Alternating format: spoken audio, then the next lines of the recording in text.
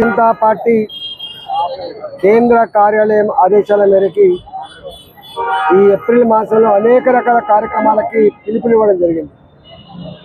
అందులో one nation one election కావచ్చు, స్వచ్ఛ భారత్ కార్యక్రమాలు కావచ్చు, భారతదేశానికి గొప్ప రాజ్యాంగాన్ని అందించిన మహనీయుడు అంబేద్కర్ గారి విగ్రహాలని బ్రహ్మాండంగా కడిగి పూలతో అలంకరణ చేసి అంబేద్కర్ గారి రాజ్యాంగాన్ని మరోసారి మననం చేసుకోవాల్సి అక్కడ ఉన్నటువంటి పిలుపునివ్వడం జరిగింది.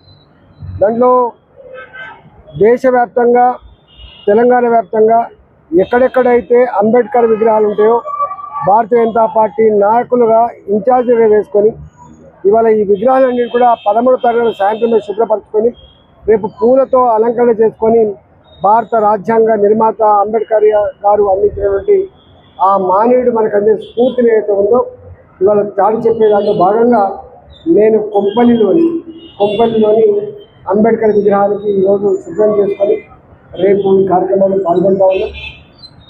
ఈ సందర్భంగా అందరికీ శుభాకాంక్షలు తెలియజేస్తాను.